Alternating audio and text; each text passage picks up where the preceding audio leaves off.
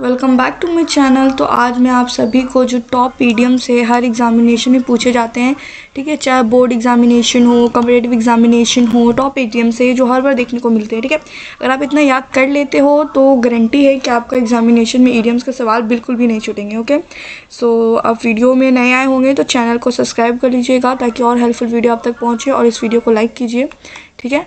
अब हम जाते हैं ईडियम्स को देखते हैं। मैं बिल्कुल ही शॉर्ट तरीके से, बिल्कुल सरल भाषा में, हंसी मजाक में आपको सिखाऊंगी, आपको पता भी नहीं चलेगा कब आपको इतने सारे ईडियम्स याद हो गए, ठीक है। हार्ड लगता है पर ये उतना हार्ड नहीं होता है, समझने के ऊपर है। समझाने वाला चाहिए और समझने वाला चाहिए, फिर तो सब आसान होता है, क्यों, है ना। सो स्टार्ट करते हैं। हमारा पहला ईडियम यहाँ से है, between the devil and the deep blue sea, यानी कि आगे कुआं तो पीछे खाई। हमने अक्सर सुन रखा है, यानी कि बिटवीन, आप यहाँ से मतलब निकालो ना, बिटवीन द डेविल, डेविल है एक तरफ, एंड द डीप ब्लू सी, और एक तरफ आपके सामने क्या, एक ब्लू सी है, बिल्कुल गहरा। तो अब आप कहाँ हो, एक ऐसे सिचुएशन में हो जहाँ पर एक तरफ तो आपके पास एक डेविल है, एक दूसरी तरफ आपके साथ डीप ब्लू सी है। तो यानी कि आप ऐसे सिचुएशन में फंस गए हो जहाँ आप ना आगे जा सकते हो ना पीछे जा सकते हो, यानी कि आगे कुआं है तो पीछे खाई है, ठीक है। तो इसका होप आप समझ गए होंगे। सो नेक्स्ट हो जाता है बार्ले ऑफ लाफ, ठीक है। तो बार्ले ऑफ लाफ का होता है, यानी कि लाफ से आपको यहाँ समझ जाना है कि समवन हु वेरी फनी, ठीक है, someone who very funny. Next हो जाता है गेट कॉल्ड फिट, यानी कि नर्वस हो जाना। गेट कॉल्ड फिट का अर्थ होता है गेट नर्वस, यानी कि नर्वस हो जाना, ठीक है। तो gate called fit, okay. Next हो जाता है हमारा गिविंग द कॉल्ड शोल्डर, ठीक है। गिविंग द या गिविन या फिर गिविंग, ठीक है, गिविन भी हो सकता है, गिविंग भी हो सकता है, या फिर गिविन भी हो सकता है, तो दोनों में से कुछ भी हो सकता है। तो यहाँ पे है गिविंग द कॉल्ड शोल्डर, यानी कि कॉल्ड शोल्डर देना, यानी इग्नोर करना यार, ठीक है। मैंने आपको बताया था एक और ईडियम आता है इससे पहले वाले में कि गिविंग द कॉल्ड शोल्डर एक ईडियम होता है जिसका अर्थ भी इग्नोर करना होता है, ठीक है। तो ये सेम ईडियम्स, इसका भी अर्थ हो जाता है क्या, इग्नोर करना। किसी को कॉल्ड शोल्डर दे रहे हो, बे छोड़ो ना, नहीं बात करना, इग्नोर कर दो किसी से, मतलब किसी को इग्नोर करके चलते हैं ना, कई बार किसी को इग्नोर कर देते, करना पड़ता है क्योंकि सामने वाला भी इग्नोर करता है। तो इसीलिए क्या बोलते हैं कि गिविंग द कॉल्ड शोल्डर, यानी कि उसको इग्नोर कर रहे हो, ठीक है। नेक्स्ट होता है रिप ऑफ।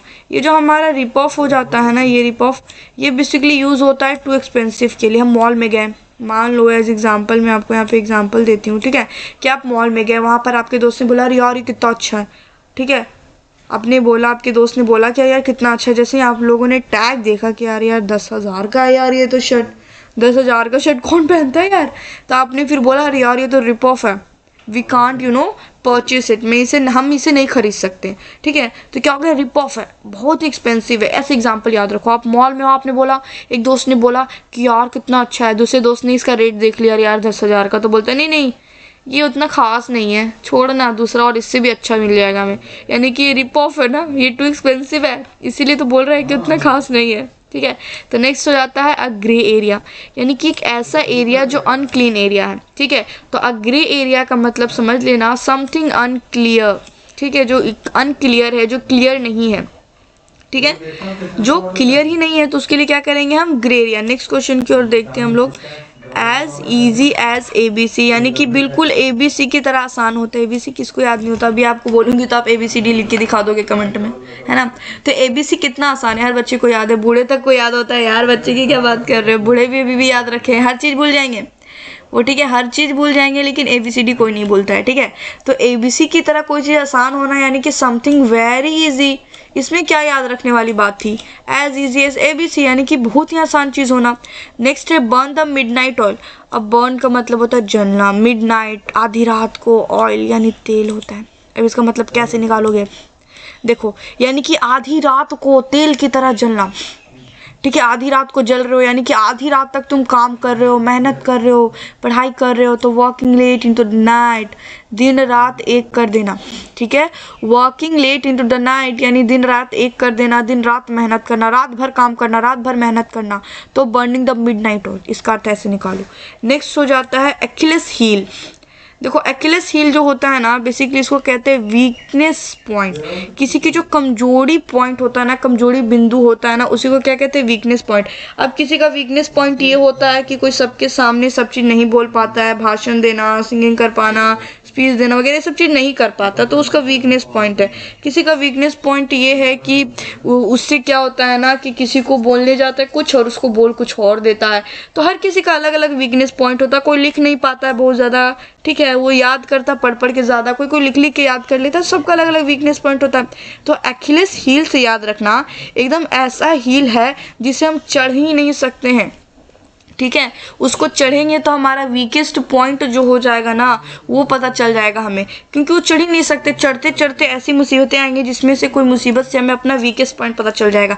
तो एक्हिलेस हील का अर्थ क्या हो जाएगा, वीकनेस पॉइंट हो जाएगा, ठीक है। नेक्स्ट हो जाता है हरक्यूलियर टास्क। ओ माय गॉड, ये कैसा टास्क है, हरक्यूलियर टास्क है, यानी कि एक ऐसा काम होता है जो बहुत ही कठिन है हमारे सामने, तो उसको हरक्यूलियर टास्क कहेंगे। क्या कहेंगे उसको, हरक्यूलियर टास्क कहेंगे। क्या कहेंगे, हरक्यूलियर टास्क, ठीक है। नेक्स्ट हो जाता है हमारे पास गॉर्डन नॉट, यानी कि कैसा नॉट है हमारे पास, गॉर्डन नॉट है, यानी कि कठिन जटिल समस्या या हार्ड नट टू क्रैक। एक ऐसा नट है जिसको क्रैक करना जो है ना बहुत मुश्किल हो रहा है, तो हार्ड नट टू क्रैक या गॉर्डन नॉट, ठीक है, यानी कि कठिन जटिल समस्या हो गया, ठीक है। नेक्स्ट होता है पैंडोरास बॉक्स, पैंडोरास बॉक्स, ठीक है, यानी कि परेशानियों का स्रोत बोलते हैं ना, पैंडोरास बॉक्स बोलते हैं ना। हिंदी में कैसे बोलते हैं हम लोग, बोलते हैं कि अरे तू तो परेशानियों मुसीबतों का पिटारा है, बोलते हैं ना, अरे यार तू तो जहाँ जाता है ना वहाँ पर परेशानी ही आती, क्योंकि तू परेशानियों और मुसीबतों का ना पिटारा है, ठीक है।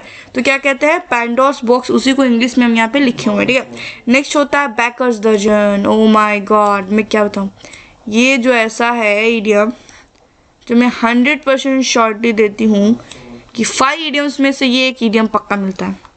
कोई भी एग्जाम, बोर्ड से कंपेटिटिव एग्जाम में 5 इडियम में से ये एक तो यही होता है, बेकर्स डजन ही होता है, जिसका मतलब होता है 13, यानी काउंटिंग में, यानी कि 13 जो 13 लिखते हैं ना काउंटिंग में वो। तो जैसे याद रखना बेकर्स डजन में क्या होता है ना, हम कितना देते बोलते हैं ना, 1 डजन हमें केला दे दो, 1 डजन हमें अंडे दे दो। तो जो 1 डजन होता है ना उसमें संख्या में 12 होता है, ठीक है। तो एक बेकर्स था जो बेकरी में, बेकर हो जाए बेकरी में काम करने वाला बेकर्स होता है। तो एक बेकर्स बेकरी में काम कर रहा था, उसके पास एक राजा था, ठीक है, यानी कि उसके एरिया में एक राजा था, पास नहीं। तो उस एरिया के राजा ने उससे बोला ना मुझे 1 डजन जो होगा बेकरी से केक दे देना। तो उसने 1 डजन केक के बजाय क्या किया कि राजा है तो राजा को देख करके उसने क्या किया, एक एक्स्ट्रा केक डाल दिया। उसकी जो पैकिंग वाला बॉक्स था उसमें संख्या में 12 उसे देना चाहिए था, क्योंकि उसने 1 डजन मांगे थे, लेकिन राजा को इम्प्रेस करने के लिए कि राजा है ना उसे एक एक्स्ट्रा दे देता हूँ, तो उसने क्या कर दिया, एक संख्या में ज़्यादा बढ़ा के दे दिया, जिससे राजा खुश हो गए कि वाह उसने मुझे एक एक्स्ट्रा दिया है। वो मतलब उसने मुझे एक एक्स्ट्रा दिया, जैसे कि हम आलू प्याज धनिया कुछ भी लेने जाते हैं मार्केट में, सब्जी वाले के पास आलू लेते हैं या प्याज लेते हैं या टमाटर लेते हैं, तो एक्स्ट्रा हम 4 मिर्ची मांग लेते हैं उससे कि भैया 4 मिर्ची दे दो, या उससे हम धनिया मांग लेते, कुछ भी मांग लेते हैं ना, थोड़ा सा तो दे दो, धनिया दे दो, थोड़ा अदरक दे दो, कुछ थोड़ा सा मांग लेते हैं, तो यानी थोड़ा एक्स्ट्रा ही मांग लेते हैं। तो जब बेकर्स ने राजा को केक गिफ्ट किया, जब राजा उसकी दुकान में आया तो उसने क्या किया, एक एक्स्ट्रा केक उसको दे दिया, ठीक है, एक एक्स्ट्रा केक उसको और दे दिया। तो संख्या में 13 होता है बेकर्स डजन का। नेक्स्ट होता है फ्रेंच लीव मतलब तो चले जाना, छुट्टी ले लेना होता है, लेकिन ये फ्रेंच लीव है, बिना बताए अगर हम किसी को सूचना दिए बिना बताए जा रहे हैं छुट्टी ले रहे हैं तो उसी को क्या कहते हैं, फ्रेंच लीव, यानी बिना बताए बिना सूचना दिए छुट्टी ले लेना होता है, ठीक है। नेक्स्ट अगर हम बात करें तो नेक्स्ट हमारा होता है हॉब्सन चॉइस। अरे इसका अर्थ बिल्कुल उल्टा हो जाता है, ठीक है, इसका अर्थ बिल्कुल उल्टा हो जाता है। 1 मिनट यहाँ पे 1 मिनट रुकिएगा, थोड़ा सा मिस्टेक हो गया, कहाँ पे था, हाँ यहाँ पे थे ना हम लोग, कहाँ थे हम, हॉब्सन चॉइस पे थे। तो हॉब्सन चॉइस की बात आती है तो हमें लगेगा कि अरे बहुत सारा चॉइस है, तो नहीं, यहाँ याद रखना हॉब्सन चॉइस का अर्थ होता है हॉब्सन चॉइस, यानी आपके पास सिर्फ और सिर्फ एक चॉइस है, आपके पास डू और डाई वाला चॉइस है ही नहीं, आपके पास डू वाला चॉइस है, या फिर सिर्फ है तो डाई वाला चॉइस है। तो हॉब्सन चॉइस का अर्थ होता है सिर्फ एक ही चॉइस होना और कोई चॉइस ही नहीं है आपके पास, एकमात्र उपाय एकमात्र रास्ता यही है आपका, ठीक है।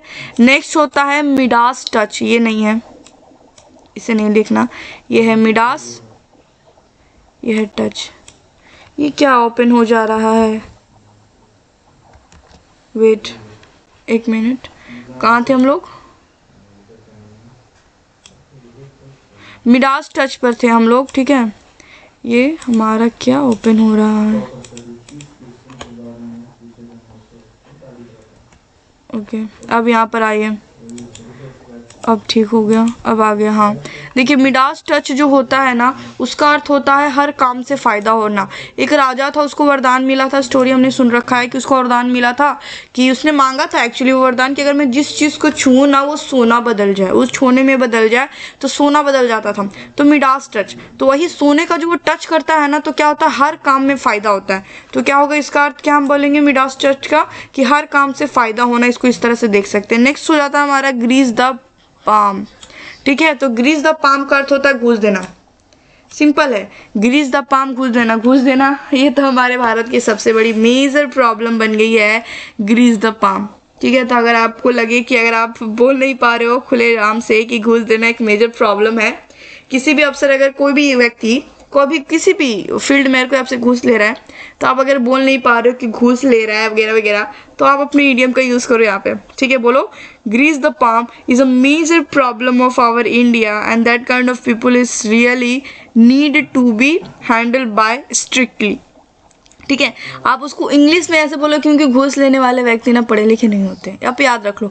क्योंकि जो एक एडुकेटेड व्यक्ति होगा ना, वो घूस नहीं लेता है। उसको पता है कि घूस लेना कितना बड़ा गुनाह होता है, कितना वो मतलब क्या कर रहा है घूस लेकर के, उसको पता होता है। ठीक है, कि घूस लेने से वो सिर्फ ये नहीं हो रहा है कि उसे पैसे मिल रहे हैं, उसको पैसे मिल रहे हैं तो किस वजह से मिल रहे हैं, उसको पैसे मिलने से क्या क्या हो सकता है, किस चीज़ों को उल्लंघन हो सकता है, उस चीज़ को उसने पढ़ रखा, उसने वो पढ़ा हुआ है।